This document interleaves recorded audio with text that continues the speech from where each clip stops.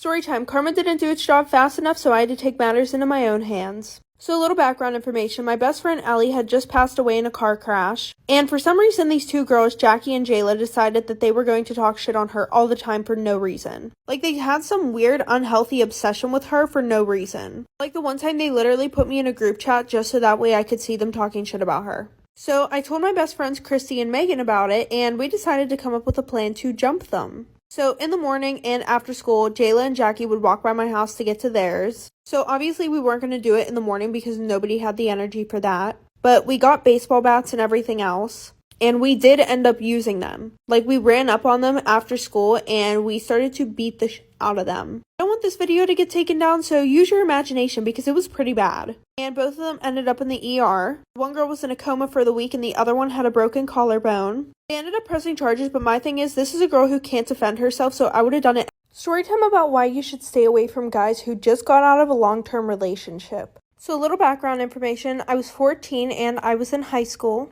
And I had just moved from a normal high school to a special education unit where there was only about 60 to 90 kids. And I met this guy named Robert, and he was supposedly the most popular guy in school. He was a grade above me, and he was super hot.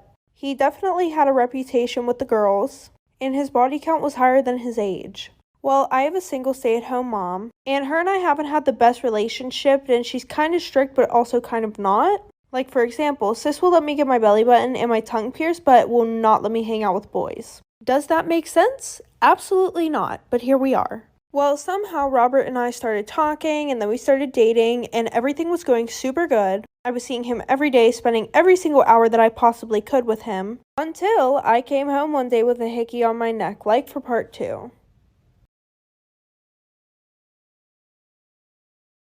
Part 2 about why you should stay away from a guy who has just gotten out of a long-term relationship. So like I said, him and I started dating, and the one day I came home with a hickey on my neck. I didn't sleep with him, but him and I were fooling around. But my mom went psychotic. She grounded me. I wasn't allowed to see or speak to Robert ever again. Which was stupid because I'm a 14-year-old girl who's in love with a boy. I'm definitely going to find a way to talk to him. So now this led to me thinking that he was going to get bored and not want to be with me anymore. So finally, 2 months later, my mom was letting up and she let me go out with my friend Lauren. But we ended up just going to Lauren's house so that way Robert could come and see me. And I think I forgot to mention a few red flags. All of my friends told me that Robert had an ex-girlfriend of 4 years that he was absolutely in love with. But that wasn't the worst one. He told me that he was never going to get over his ex and that he was always going to want to be with her. And then he asked me to be his girlfriend 2 days later. And we're going to call her Lucy. Well, I posted a few TikToks and Lucy's best friend Ellie commented on my TikToks, like for part 3. Part 2 about how my stepdad made my mom choose between him or my brothers. So like I said, my mom and Jerry got into this one fight, and it's a super long story, but pretty much all it made Jerry realize was that he did not have authority over my mother, and she didn't have to depend on him for anything because my brothers would always be there for her. Now, Alex was more of the shy one. Meanwhile, Josh was super hot-headed and didn't deal with anybody's bullshit. And fast forward, my mom and Jerry move in together. That's when we realized that Jerry was super abusive. And Jerry knew that he could pick on Alex whenever he wanted because he wasn't going to do shit. And most of the time, Josh wasn't home because he literally hated Jerry. The one time Alex came home and he did really bad on this one test. And Jerry was like, oh, he needs to learn discipline, blah, blah, blah. The next day, we all were sitting down for breakfast and we saw Alex come downstairs with a black eye. And that's whenever Josh flipped the fuck out. He grabbed Jerry, ripped him across the fucking table, and threatened him with a kitchen knife. And my mom called the cops, like for part 3. Storytime about how my stepdad made my mom choose between him and my brothers. So a little background information, I was 13 years old and in 7th grade, and I had 2 older brothers, Josh and Alex, who were twins, and they were both 4 years older than me. Whenever I was 3, my dad left my mom for his dentist, and we never saw him again because he decided to start a whole new family with them. Now, because of that, my older brothers always felt like they had a specific role in my family, especially because the guys that my mom brought home, they would only last a week. Well, finally, my mom met this guy who's really nice, and she decided that she was going to get married to him, but he despised my older brothers. Mainly because before he moved in with us, my mom would not depend on him for anything. Anything that needed taken care of around the house, my brothers would do it. And we didn't have too much money while this guy was loaded. Like the one time my mom and this guy, who we're going to call Jerry, got into a fight, like for part 2.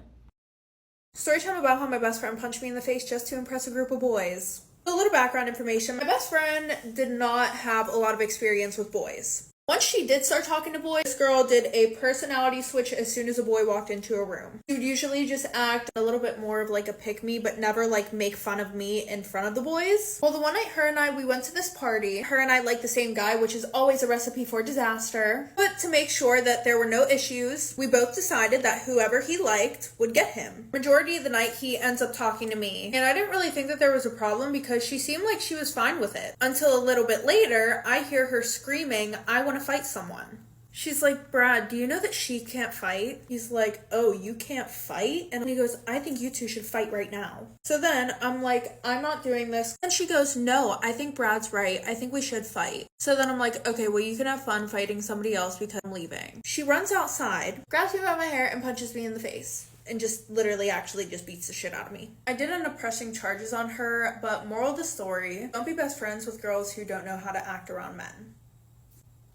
Story time about my boyfriend's girl best friend. So a little background information, I was 15 and in 9th grade, and my boyfriend Jaden and I have been together for 2 years. In the beginning, everything was great, and then we went over to his best friend's house, which I didn't realize that his best friend was a girl. And at first I liked her. Her name was Anita, and she was super funny, super nice. Well, fast forward, it started to become a routine where he would drop me off at my house, and then I would call him, and he wouldn't pick up until like the 3rd time that I called him, and then he would be like, "What's up? I'm hanging out with Anita." And I felt super weird because while we were on the phone together, him and Anita were in the car just talking to each other, not even acknowledging me.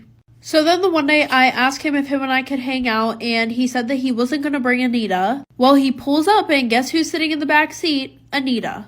And they were playing sexual songs, which made me feel super uncomfortable. And she didn't say one word to Jaden the whole time, but she had so much to say to him while we were on the phone. Like for part 2. Part 2 about my boyfriend's girl best friend. So, like I said, he said that he wasn't going to bring Anita with him, and then he pulls up, and guess who's in the car? So, fast forward 8 months, Jaden and I are doing super good. And the one day we're driving around, and he mentions that he has to pick someone up. Yep, Anita, and her friend. So fast forward, we picked them up, and I was feeling super uncomfortable and pissed off because Anita's like rubbing his shoulders and stuff like that. And then they dropped me off at my house. Well, not even 10 minutes later, they get into a car crash. Literally 10 minutes down the street from me, so the girls walk to my house. So we're sitting in the garage, and the girls are talking about how long they've known Jaden for, blah, blah, blah, this and that, and how he drives super careful when Anita's in the car because he really cares about her. So I told Jaden that I'm not okay with him hanging out with Anita. And of course, when I text him, he's drinking with Anita. So then he starts calling me a bunch of names. Jaden and I are still together, and we have a 9-month-old daughter. He still hangs out with Anita, and I still feel weird about it, but I guess I'm just gonna have to. Part 2 about why you just can't bring some of your friends around your boyfriend. So like I said, she was getting very upset with the fact that she would ask me to make plans last minute, and I would tell her that I'm busy with my boyfriend. And this went on throughout Jared and I's whole relationship. And it wasn't like I would ignore her. I would still hang out with her. I just wouldn't go and party and stuff like that because I respected my relationship. She would also always ask me to not bring my boyfriend to these parties, and that's another reason why I wouldn't go. So the one night she's like, "Listen, come out with me. You can bring your boyfriend. It won't be a problem," which was a shocker. So I was a little bit skeptical, but I said, okay. So we go to this party, and usually whenever I'm with Lily, I get really messed up, but I was trying to pace myself this night. And then she's like, "Come on, you don't mind if she gets drunk, right, Jared?" Of course, him wanting me to have fun, he said no, he doesn't mind. She calls us an Uber, and then she asked for my boyfriend's Snapchat just so that way she could check up on us because I was too drunk. The entire ride home, Lily is blowing up Jared's phone, and we just think that she's trying to check on us. No. Instead, when we got home, he opened his phone, and it was actually Lily sending him a bunch of naked pictures. Story time about why you just can't bring some friends around your boyfriend. So a little background information, I was 17 and a junior in high school, and I had been best friends with this one girl who we're going to call Lily for about 2 years. Now, Lily and I weren't your ordinary best friends. We were the ones that would party together, but we would never talk about anything serious. And when I mean serious things, I mean like a secret that you don't want anybody to know. Just for a little example, the one time I told her that I thought I was pregnant, and clearly she knew that I was super scared, and I told her I don't want anybody to know, please don't say anything. In about 30 minutes, I had like 20 people asking me if I was pregnant, and then somehow my parents found out. She's also the best friend that you keep away from any guy that you like. Well, I have been dating this guy who we're gonna call Jared for 6 months. And obviously, now that I have a boyfriend, I've stopped hanging out with her as much. But my whole thing is she would never give me a heads up on plans. She would literally just text me and be like, hey, we're going out tonight. And I would text her back and I would be like, sorry, I can't. I already have plans with Jared. So this made her really upset, like for part 2. Story time about how my ex-boyfriend stole all my shit and then gave it to his new girlfriend. So a little background information, I was 23 and I had been dating this guy who we're gonna call Derek for 2 years. Now, at first I thought that our relationship was perfect. Of course, you guys know how it goes. But then the one day he came home from work and he told me that he had been cheating on me throughout our whole relationship. He literally had a full-on relationship the past 2 years that him and I were supposed to be together with another girl. But yeah, he came home from work and he told me, listen, I don't want to be with you. I really love her. You know, it's just not working out. So obviously I go and I find her social media and I tell her. And she just blocks me. She literally just blocks me. And then he told me that she knew that he was also dating me at the same time. So whatever, fast forward, you know, he moves out, he moves in with her, and he is slowly moving his stuff out of my apartment. Like, it literally took him 4 months to get all of his stuff out of my apartment. Anyway, so the one day he calls me while I'm at work and he's like, hey, can I come get the keys? I need to get some of my stuff. So obviously this had been going on the past 4 months, so I was like, yeah, just come pick the keys up. So he does, like for part 2.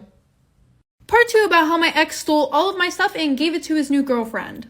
So like I said, he comes, he grabs the keys, and he goes to my house, he's getting all of his stuff. When my neighbor, who is one of my friends, she's like freaking out, calling me over 10 times. Obviously, I'm at work, so I can't answer the phone. And then I get a text from her saying that he's there with his new girlfriend. Well, I guess she isn't really a new girlfriend if he's been dating her the whole relationship that we had, but you guys know what I mean. So I'm freaking out and I call him and then I hear her in the background talking to my dog. Now, obviously, I don't even want this girl in my apartment in general, so I'm like freaking out that she's trying to talk to my dog. So I'm yelling at him. I'm like, I want her out of the apartment. I'll call the police if you guys don't leave. Also, tell her to get away from my dog. So, you know, he says okay, hangs up the phone, and I call my neighbor and I tell her, call the police if she goes in my apartment again. And less than 2 minutes later, my friend calls the police because his girlfriend started breaking stuff in my apartment and she took my dog. Literally, like they drove away with my dog and then let it go in the middle of the woods.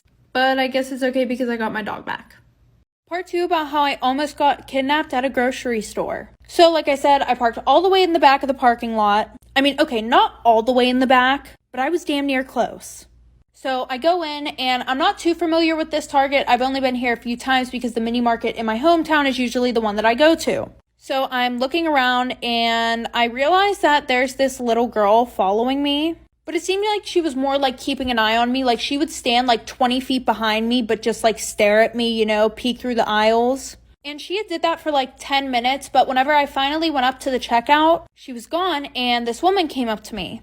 She was like, oh my gosh, have you seen my daughter? She was running around the store. I don't know where she is. So I described the little girl to her that I saw. And she was like, yeah, that's her. I can't find her. Will you please help me look for her? And I didn't have the time for this because my parents were going to wring my neck. But I said, Part 3 about how I was almost kidnapped at a grocery store. So like I said, she asked me to help look for her daughter and I was like, I'm gonna go tell a Target employee, and she was like, no, don't worry, they're all already looking, they have security all over the place. And she was like, will you help me check the parking lot because I don't know if she left. She was like, I've been having them look for the past 10 minutes. So I didn't think anything of this because I didn't think that some lady would try to kidnap me. So I went into the parking lot with her and I'm like, okay, where do you think she would have went? Like, did you drive here? Did she maybe go to the car? And she was like, no, we live like 5 minutes down the road. Do you think that we could get in your car and drive around? And I said, yeah, because I thought that it would speed up the process. And my dad's truck was really high off the ground. So while we're walking, I'm like, I think someone's under my car. And she was like, what? No, it's probably just the shadow. And I'm like, no, there's someone under my car. So I turn around to walk back into the store and she starts like pulling my arm towards my car. So an employee called the police whenever I went in there, and long story short, they were trying to kidnap me.